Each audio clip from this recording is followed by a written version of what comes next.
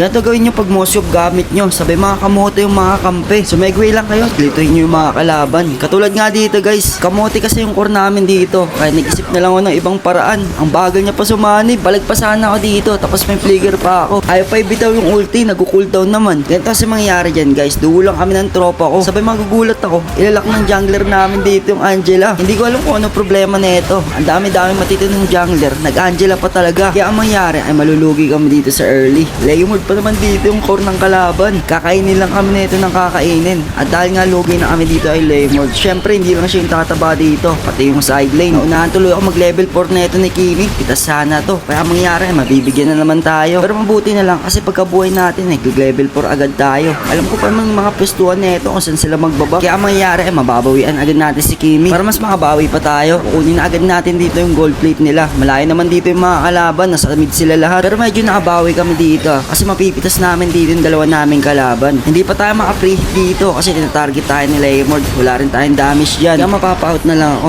At dahil nga wala pa dito yung Kimi, binasig ko na agad dito yung tore nila. Pagbasig ko sa top ay umikot na rin agad ako. Nagpunta agad ako dito sa mid lane. Mahalaga kasi yung tore dito guys kaya hindi ko binigay. Kasi mid lane talaga yung pinakaingatan dapat guys na hindi ma-push agad. Mabalik na rin sana agad ako dito sa top para basagin na yung tore. Ang kaso nga lang nakita ko dito yung kakampi ko. Kaya na-respawn ko na muna. Si Segway lang tayo dito ng Segway. Bali wala din kasi pag sumama tayo dito or mespo sa clash. Kamote din kasi yung core natin dito. Hindi tayo makakapalag. Ayaw niya pa sumanib agad. Tingnan nyo naman pinapanood niya na muna. Pero sumanib siya dun pwede pa tayo makatakas. Kaya nag-chat na ako dito. Nag-cooldown naman kasi yung ulti. At dahil nga wala tayong maasahan dito sa tatlo nating kakampi. Ang ginawa ko ay sumegway na lang talaga. Pinagbabasag ko na lang muna dito yung mga tore nila. No choice na kasi tayo dito. Ito na lang yung pinakatama natin gagawin. Pag rumespo kasi tayo din, maubos na yung mga kampi ko. Syempre pag naubos sila, ako na lang matitira. Tayo na may pipitasin. Kaya inubos ko na muna dito yung mga tore para may trade din. Bago ko sigurin dito yung mga kalaban. Yung gold nga pala yung inuna natin dito guys kasi sobrang lambot lang neto. Pag inuna ko kasi dito si Leomord, baka hindi ko napitas dito yung gold. Pero good trade na yun guys kasi makapag-item na tayo dito. At mabubuan na natin dito yung malipik gun. Isa rin kasi ito sa pinaka-intay kong item. Pag meron na ako neto, sobrang sarap na mag-preheat. Parang lumilipad na si Moscow pag na-item ko na to. Ang kaso nga lang, sobrang sight pa rin talaga neto ng Leomord. Kaya mangyari ay mapipitas tayo. Legendary na nga siya dito. Sugod pa ng sugod dito sa Angela. Malamang ikaw talaga uunahin dyan. Wala, mahina talaga sa diskartihan tong core namin. Pero mabuti na lang kasi sinaliban niya ka dito ng isang beses. Pero ang sabi ko rin dito sa kanya, sa akin siya sumanib. Late game na rin kasi ito guys meron tayong damage. At kayang-kaya na natin sumabay sa mga yan. Kahit kay Leomord pa. Pati ang pinaka-iniiwasan ko lang naman kasi dito